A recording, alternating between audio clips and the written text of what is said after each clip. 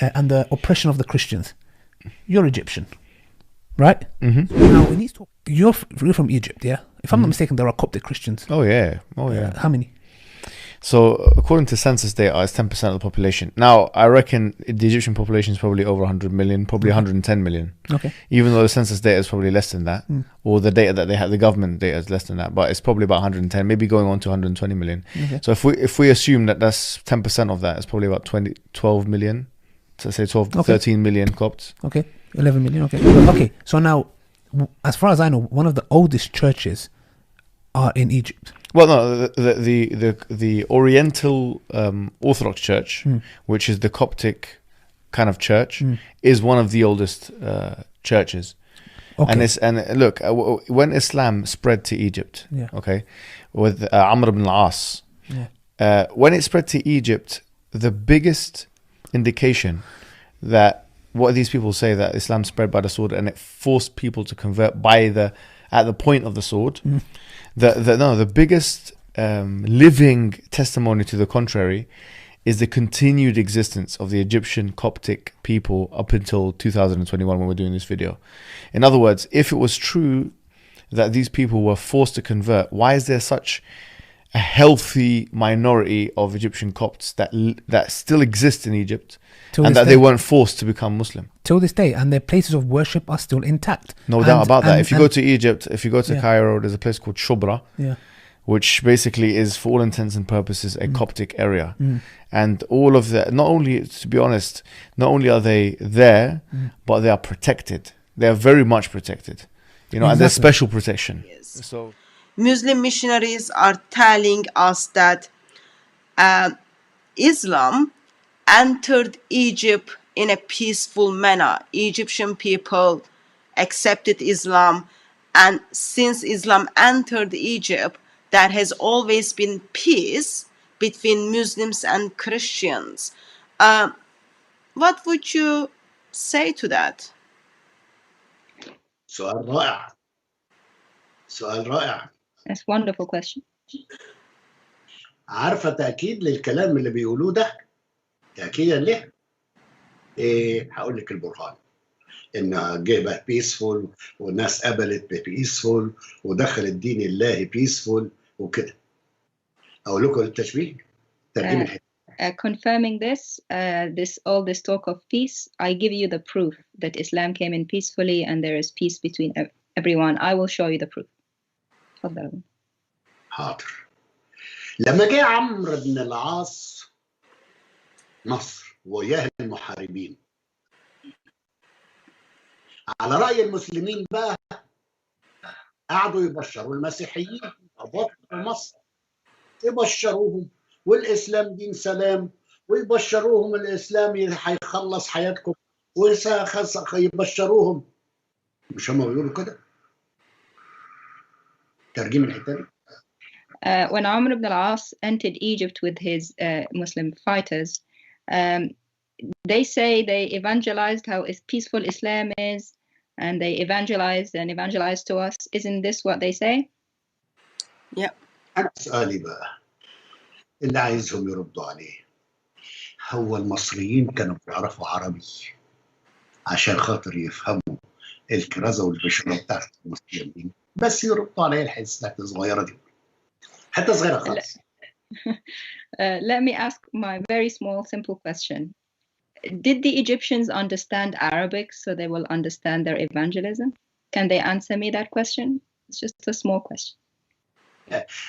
المصريين كانوا بيتكلموا اللغة القبطية طول عمرهم، والعرب بيتكلموا اللغة العربية.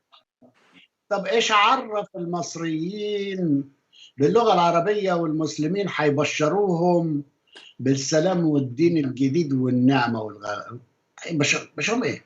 هم بيفهموا عربية، وكمان اللي جايين يغزوا مصر دولت ما بيفهموش قبطي عشان يبشرون باللغة القبطية.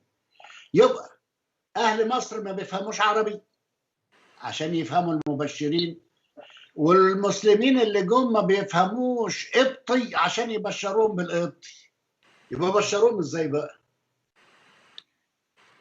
The Egyptians spoke the Coptic language only, And the Muslims who came didn't know the Coptic language, they only knew Arabic. So how did the Egyptian Coptics understand the evangelism? And how did the Muslims evangelize to them how peaceful Islam is when they only knew Arabic? Where is this evangelism? الحقيقة المرة هي لما جم العرب وغزوا مصر، عمرو بن العاص والجيش وياه حط قدام المصريين 3 اختيارات: يا يبقى مسلم، يا يدفع الجزية، يا يقتلوهم. ما فيش تفاهم ولا تبشير ولا دين إسلام ولا أي حاجة، في اختيارات 3، وما كانش محتاجة إلى واحد يفهم قبطي ولا كلام، ده حتى بلغة الجسد يعني.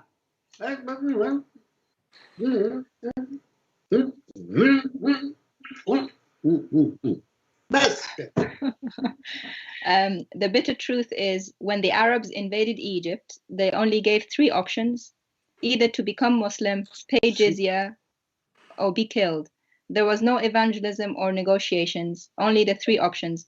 And there was no need for knowledge of the Coptic language. And Abuna just showed with sign language what these 3 options, how they were presented.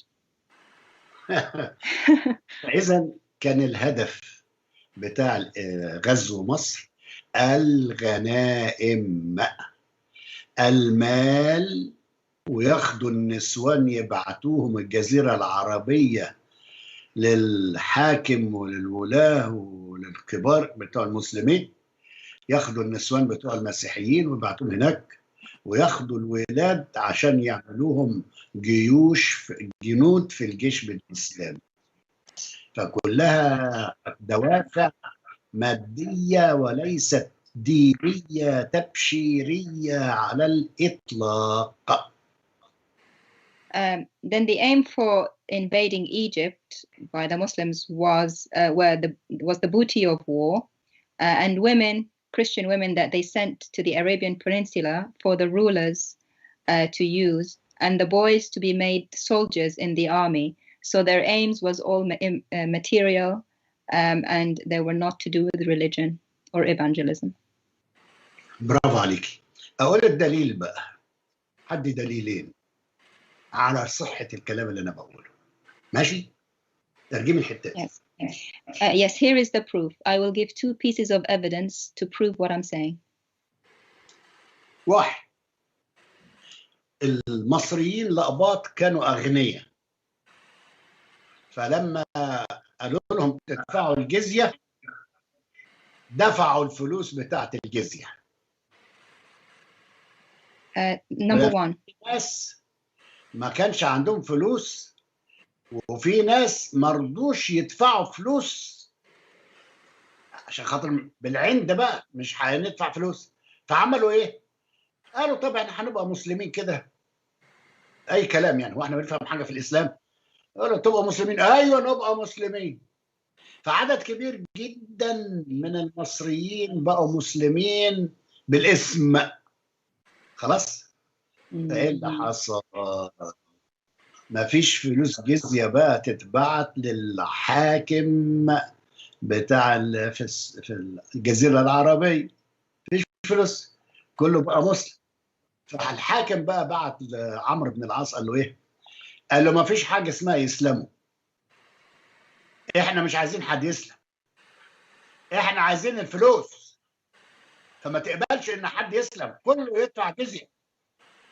يبقى اذا الهدف مش يبقى الدين ويبقى الشرع والكرازة، مش الهدف ديني، الهدف فلوس. لما الناس قبلت الاسلام واسلمت وما دفعتش فلوس، فبعت له قال له لا مش عايزين، ما تقبلهمش، خليهم يدفعوا فلوس. ادي اول دليل. The first proof was that the Egyptian Coptic people were rich, so they paid the jizya. Some people did not want to pay or did not have the money to pay, so they decided to pretend to be Muslims en masse as nominal Muslims, not real Muslims. So eventually, not much money was being sent back to the ruler of the Arabian Peninsula, So he did not accept this situation, and he said, do not let them be Muslim. Force them all to pay the jizya regardless. And this is what happened. So the aim was not actually the conversion of the Egyptians to Islam. The aim was money, and they were all eventually forced to pay jizya. تمام؟ برافو عليك. الحاجة الثانية أو الدليل الثاني، عمرو بن العاص اللي هو الوالي بتاع مصر اللي جه وافتتحها، ابتدى ياخد فلوس لنفسه من الجزية ويبعت فلوس قليلة للحاكم في الجزيرة العربية، فما عجبوش. فعمل ايه الحاكم في الجزيرة العربية؟ بعت واحد تاني لمصر وقال لعمرو بن العاص شوف اللي انا بعته لك ده عشان خاطر يبقى وزير مالية، هو اللي يمسك الفلوس، وانت تحفظ الامن بس، تبقى بتاع امن، وهو ده ياخد الفلوس عشان خاطر يبعتها للحاكم. بعدين عمرو بن العاص لما جه الراجل بقى ما عجبوش الحال، فبعت للخليفة. وشوف الكلام اللي انا هقوله ده كلام تاريخي وموجود في الكتب بتاعتهم، توثيق من كتبهم. قال له انت عايزني احتفظ ليكم بالامن هنا وانتوا تاخدوا الفلوس؟ واداله التشبيه ده بقى، قال له عايزني امسك البقرة من القرون بتاعتها وانتوا تحلبوها وتاخدوا اللبن بتاعها؟ مش هيحصل. حصل ثورة. ترجمي بقى. So Amr ibn al-As, the Egyptian ruler, the Arab ruler over Egypt, began to take money for himself, the jizya money to himself, and only sent a small portion back to the Khalifa. So the Caliph, the Khalifa, he sent someone else to be a minister for the treasury and told Amr ibn al-As to only keep the peace and the security in Egypt and to send the money back, all the jizya money back to the Khalifa. Amr ibn al-As did not like this situation and he was angry, and it's all written historically in the Islamic books that he gave this example. He said, so you want me to keep the security, you want me to hold the cow by the horns while you milk it for yourselves. And he was very unhappy with this. تمام.